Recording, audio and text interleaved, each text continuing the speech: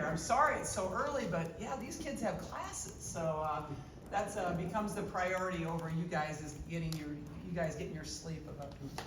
So here we go again. Whether we want to or not, it's time to turn the page and go on to another season after last year's historic season. But what a way to begin this season. Right now we're starting ranked in the top 6 in the country and considered the big favorite, although this conference is loaded. And there's going to be a lot of surprises along the way. We start this season with every single game sold out in Carver Hawkeye Arena. We start the season in a week and a half with about 50,000 people joining us in Kinnick for the crossover. And as you also know, we start the season without 40% of our starting lineup. But we also start the season with the nation's best player in Clarke. Caitlin won every award possible last year. I'm so proud of her for that, but I'm almost more proud that she was an academic All-American. She was the CSC Academic All-American of the Year last year. And it's no surprise that she's been named as the preseason Big Player of the Year as well.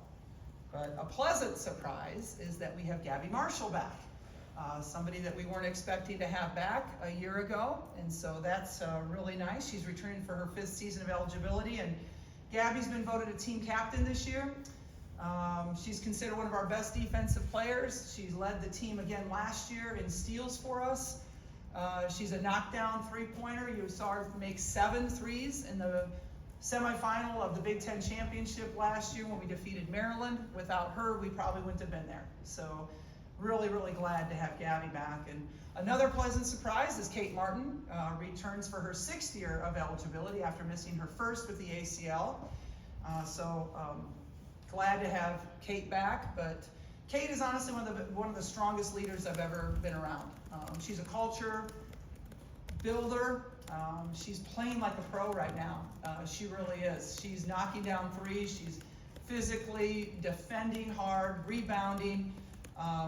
I think you're going to see Kate just jump off the stat sheet this year. So how do we fill the void of Monica and McKenna? That's what everybody wants to know, right? I think there's a number of options. Addie O'Grady played some of her best basketball, I thought, in the NCAA tournament last year. 6'4", she gives us a greater defensive presence in the middle. But I'm also going to beg you, I'm going to ask you, I might even beg you, to not compare her to Monica, all right? Just like 4 years ago, I sat here and I begged you not to compare Monica to Megan. Monica came of her own. Give Addie time to come of her own. Addie is a good basketball player. She's a darn good basketball player, just like Megan was, just like Monica was. But comparisons don't do anybody any good, so just give her a little bit of time. Other good options in the post include Sharon Goodman, AJ Ediger. What do we do with the power forward position? I think that one's pretty obvious. I think everyone saw last year just how good, how athletic, how fast Hannah Stuelke was. But this year, I think over the summer, she became a better basketball player. And that's what we needed for her to become. And I think now she understands the game better. Her shot is better. And so I think that we can use Hannah at the power forward, or if we want to go fast, we could also use her at the center position. This team has depth. Molly Davis returns for her 5th year. And Molly is playing very, very well right now. She looks so much more confident than last year. Knocking down threes, passing, getting to the rim. She's a player that we have to find more time for on the court. And Molly can really play the 1, the 2, or the 3. And so we need to accomplish that. We have shooters with Taylor McCabe coming back in her 2nd season. We have depth with Sydney Alforter, and Kylie Fearbrock is also back after sitting out with a knee injury last year. We're also hoping for an injury-free year for Jada Gimphy, but we have lots of depth, we feel like, and lots of options for us to go to. We have a tremendous schedule. 5 teams in the Big Ten are now ranked in the top 25. 3 of them are in the top 10. Our non-conference schedule includes facing number 9, Virginia Tech, a team that was in the Final Four last year, on a neutral court in Charlotte.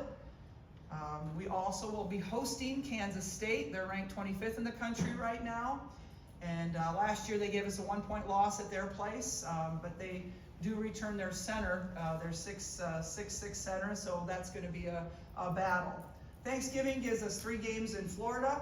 Have the potential to play Florida Gulf Coast, always a great team. Potential to play North Carolina, ranked in the top 25, and also the potential of a rematch against Kansas State. And I think another game to mark on everybody's calendars would be our game in Des Moines on a neutral court against Cleveland State, who went 30-5 last year, a really good basketball team. So we'll be playing at Iowa State, at UNI, hosting Drake, but 11 of the games on our schedule are against teams in the top 25 in the country right now. So we definitely have a very, very challenging schedule once again. But I know that Carver Hawkeye Arena will be as tough a place for anybody to come into and play, with every game being sold out. Of course, we're looking forward to a week and a half going out into Kinnick and having the opportunity to play outdoors for the first time ever, and playing in front of hopefully 50,000. That's my personal goal, and hopefully we'll get to that. I think it could be a lot of fun for everybody involved to be a part of an attendance-breaking record. So yeah, we lost a lot to graduation, but we also have a lot to be really, really excited about. So I will open it up for questions. Megan and Monica were very much down on the block, not a lot of dribbling type of post players. Addie Brady's a little different. She can play a little further out. Do you see the offense changing a little bit at all with their versatility down there? Not a lot, quite honestly.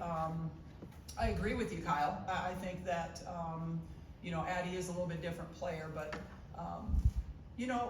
Megan and Monica both came out to the high post and both went to the short corner and were able to shoot those shots pretty well too. So I do think that is, a strength of Addie's though.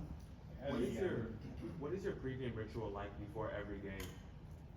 What is our pregame ritual? What is your pregame ritual before every game? I don't have I'm not superstitious. I don't, thankfully, because wow, being in this business this long and being superstitious, that'd be pretty bad. But the only thing that I do is I follow a kind of a rigid routine, but it's more because I want to be on time for everything more than anything superstitious. The only thing that I do, maybe, I don't know if you call this superstitious or ritual, is I do like to pray with my assistant coaches before every game with Jan Jensen and Jenny Fitzgerald. So that is the one thing. Lisa, the ticket sales speak for themselves, but just in terms of your popularity, attention, you name it, things are unparalleled here right now. How are the coaches and players handling all of this? Yeah, Mike, I think you're right. If you start thinking about the big picture, it can get a little overwhelming for anybody, right? I mean, these are 18, 19-year-old young women. So I think us as adults, we have to kind of keep it in perspective a little bit. I think they kind of, your emotions rub off on them. There's no doubt about that. I think as a coach, you have to lead in that way, and to us, we're trying to enjoy it. And you've heard me say this before. I've stole this quote from Billie Jean King many a times, and in fact, I'm reading the book right now, Pressure is a Privilege. And so I think we have to remember that we're in this situation of facing pressure because we've done well. Let's enjoy that. Let's rejoice about that. And so try to enjoy it and not think about the overall picture, but just enjoy every single day. And it sounds so simplistic, but I think that's the way that we have to handle it. Coach, Addie had a good Let's take Jeff. Addie had a good European trip for you. Mm-hmm. Has she kind of separated herself from the other close candidates as far as in your starters at the 5? If I had to name a starting 5 right now, she would be there. But I wouldn't say there's a huge separation between the 3 of them. I would say, and even you could put Hannah in there too. They're very much, Addie's probably winning because of experience and height, but she did have a very good foreign tour. And I thought she played very well in the NCAA tournament. We needed her there. So that's why she's ahead of the group right now, but quite honestly, there's not a huge lead right there. Sorry, you mentioned Kylie Feuerbach in your opening statement. I mean, it feels like it's been so long since we've seen her on the court, seen her fully healthy. Is she at 100% right now? Is she ready to go? I would say so. I mean, in practice, for one thing, she's elected not to wear a brace this year, which in the past we've had our players that are coming off ACLs wear braces. She's elected not to, and I think that mentally that's helped her, and maybe us, to kind of forget about it.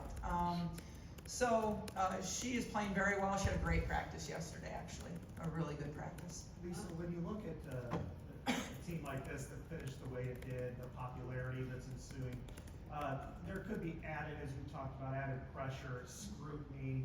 A loss could determine you have more social media interactions in a negative light. Have you had any discussions with your players that now comes that because you're having more people, more attention, that could be a negative, whereas in the past you've had such a close-knit community that's been more supportive when things got sideways a little bit? Yeah. And remember, things, we started the season last year, I think, ranked 4th, right? So we're down from last year. So there's less pressure already, right?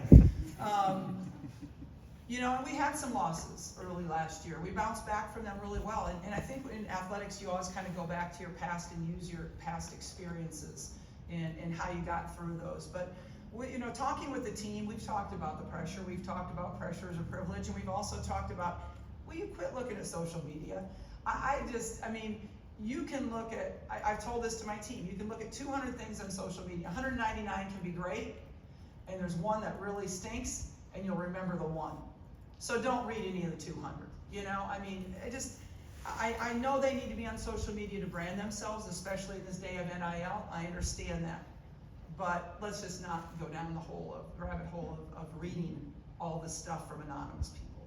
Hey Lisa, how would you as a staff kind of manage the whole Caitlin hoopla as far as it goes with the rest of the team? I mean, she gets so much attention. I mean, keeping the locker room right, and I'm sure that you probably have real mature girls playing for you, but I guess how are you mindful of that kind of thing? Yeah, Caitlin who was it? I agree. I think that there would be a possibility of having a turmoil in your locker room with a superstar. But I think it helps us because we have dealt with a superstar before. We had Megan Gustafson on this team. She was the National Player of the Year. Certainly, Caitlin's popularity has exceeded that. There's no doubt. I think it speaks volume that Gabby and Kate elected to come back and wanted to play with her. That shows you what kind of teammate she is. That shows you, what kind of person she is. I think the players all respect her so much because they see her. She's working hard. They see her the first one in the gym, the last one to leave. She's putting in her time. They understand that she can do some special things. And so I think that eliminates the jealousy because she is a good teammate. I think that helps quite a bit. But we will talk about it. Yeah, Caitlin has a little bit more attention, but when her light shines, it shines on everybody in that locker room. And so let's all enjoy it. Lisa, I think in your opening statement, you said you were a little bit surprised that Gabby elected to come back. Why were you surprised that she elected to come back for a 5th season? It was later in the year that she made that decision. And so, she graduated, she could have went on, and so I think anybody that graduates and decides to come back, I just really think that's amazing that they want to be a part of this team and part of this program again, and I love that. I really admire that. When you look at your guards off the bench, you've got a lot of options with Molly, with Sydney, with Kylie coming back from injury, and you mentioned Taylor McCabe. How do you kind of balance, trying to put the right lineup on the floor, but all 4 of those players, probably deserve minutes? Yeah, you're right. We have a lot of people that deserve minutes, and there's only so many minutes to go around. There's an exercise where you put, each of your players, you ask them, how many minutes they think they deserve, and then you add up all those minutes, and it's way over 200, and it's kind of a realistic approach to demonstrating that, listen, you're not going to get the minutes that you think you deserve or you probably should deserve. It's just, when you're playing on a really good basketball team with a lot of depth, that's one of those things that's really, you're giving up of yourself to be a part of this basketball team. And it's something that we have to manage as coaches, and we have to really do a good job. That falls on us to do a really good job with that. This thing that you've got I'm gonna go in the back there. Sorry, I think it was during Deputy Gatz's introductory press conference, she talked about you being the one that came to her with the idea of crossover at King. Were you the brainchild behind that? Did somebody give you that idea, or where did that notion for you come from? You know, it really started when we came back from the trip, and then we had a celebration of the Pentecrest. There's 9,000 people there. I'm like, 9,000 people are coming to a celebration, you know, that there's no game or anything. And obviously we all know, and it's in the back of your mind, that wrestling did this not so long ago, very successfully. So it can be done, right? And so I'm just really fortunate that I work at a university where when I went to our athletic director, Beth Getz, that she said yes without blinking, and that all of our administration took on so much added work. I mean, this is an away football weekend, and it's going to be treated like a football weekend almost. And so a lot of extra work for our staff here at Iowa, and they didn't blink. And I'm so blessed that I work at a university like that. Why did you want to put this on? Why not? You know, I mean, how much fun, right? You're gonna play exhibitions again, and first of all the money that we make is gonna go to the Children's Hospital. Why not give my women an experience that not many people around the country get to do? We're gonna be the first women's basketball game televised in the country.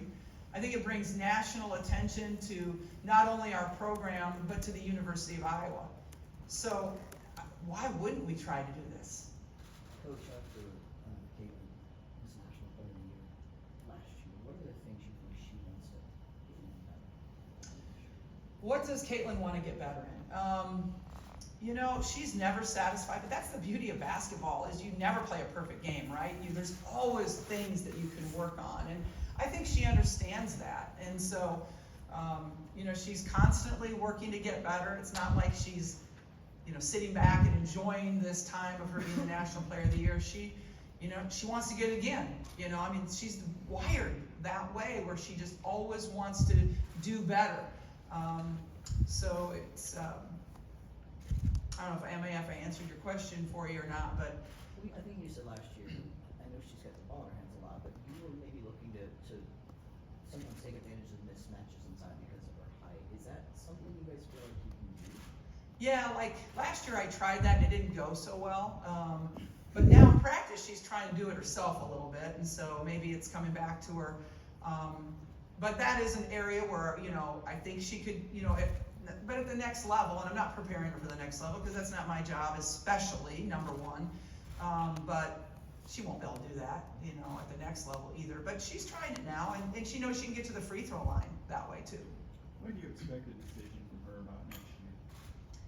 What is it, 48 hours? Is that when she has 48 hours after our last game or after the Final Four? I forget what the rule is. I don't even know what the rule is. So I'm not worried about it. I'm just not. I mean, if she comes back, obviously, I'd be thrilled if she comes back. I want her to come back. Everybody wants her to come back. But if it's her choice, if she chooses to go on, we have a really good recruiting class coming in. I feel very confident. I mean, yes, anybody would want Caitlin Clarke to coach Caitlin Clarke every year, obviously.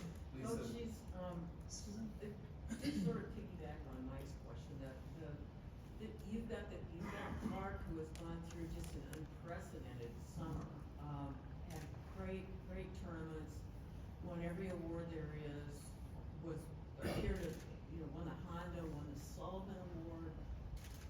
Are you concerned at all about there being some sort of fatigue in that sort of a lead up to a season? Interesting question, Susan. I could see her being more disappointed if she doesn't match what she did last year. I could see her being that.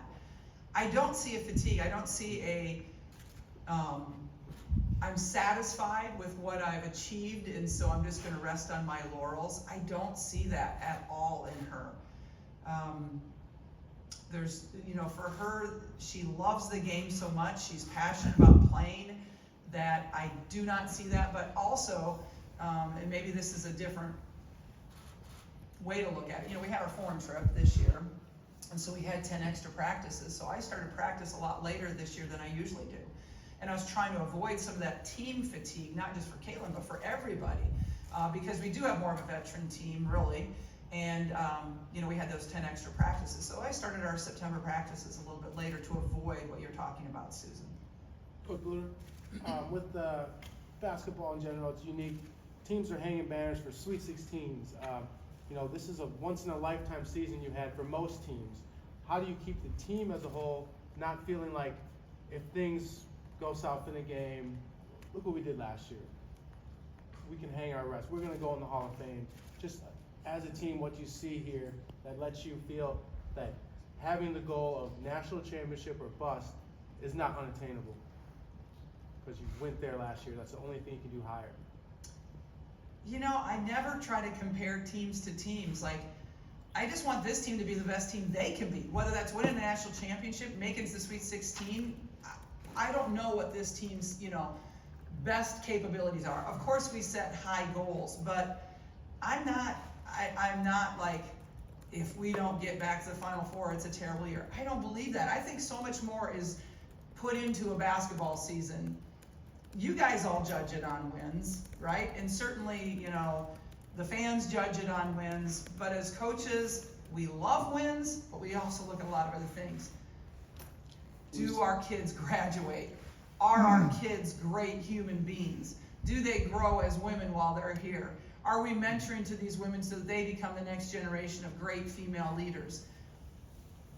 That speaks to me. That's what gets me up in the morning. Is if I had to get up in the morning and think, oh, we're gonna make it back to the Final Four this year, that'd be tough to get out of bed. But when I get up in the morning and think, wow, I have an opportunity to make an impact on 14 young women, that gets me excited. Where is Ava Jones and her recovery? What is her role with the team going to be this year? Kind of give an update what she's going through. Yeah, Ava is really in a lot of therapy right now. She's had some surgeries. She's continuing to have surgeries. She has some planned surgeries. So, unfortunately, she's not going to play, this year. I think we all know that. But she is a part of this team. She's a scholarship member of this team. And so she's at practice when she can be, but we schedule a lot of her therapy sessions during practice just so she can make sure she's in classes. She's doing well academically. It's a situation it's a tragedy, and we're going to try to support her as much as we can to get her better. Will she ever become a basketball player? Who knows? That doesn't matter to me. It's making her getting her as healed as we can is our responsibility now. We've all seen the Clarke effect on the road where in the Big Ten, for instance, the attendance boosts on an average of 3,500 fans around the Big Ten, in some cases a lot more. But how do you, and we've seen her around young girls, women, whatever, and yet how do you balance taking it to a higher level, being the standard bearer, elevating the sport, and elevating women's athletics, but also balance that with, I'm just a player, I'm just gonna go out and play, I don't wanna have that kind of responsibility. Is that, how do you balance it, and how does she balance that? Yeah, I think my women understand I always want them to balance being a basketball player, being a student, and being a role model. That there is a balance there that they have to try to achieve. But when you're playing basketball, you play basketball. Don't worry about it. I tell my team all the time, be where your feet are. Don't worry about any other thing. That when you step on that court, you are the best basketball player you can be. Just like when they go into chemistry class. Don't worry about basketball, worry about chemistry. So be where your feet are, and I don't want her to, I think she understands she's the face of basketball, she can't help but understand that. But I don't think she's so consumed with it that it takes away from her game. I think she's still gonna play with passion, she's gonna play with emotion. Sometimes, as we know, that emotion's good, and sometimes that emotion isn't good. We know that, right? We all have some damn it t-shirts on, in our closets.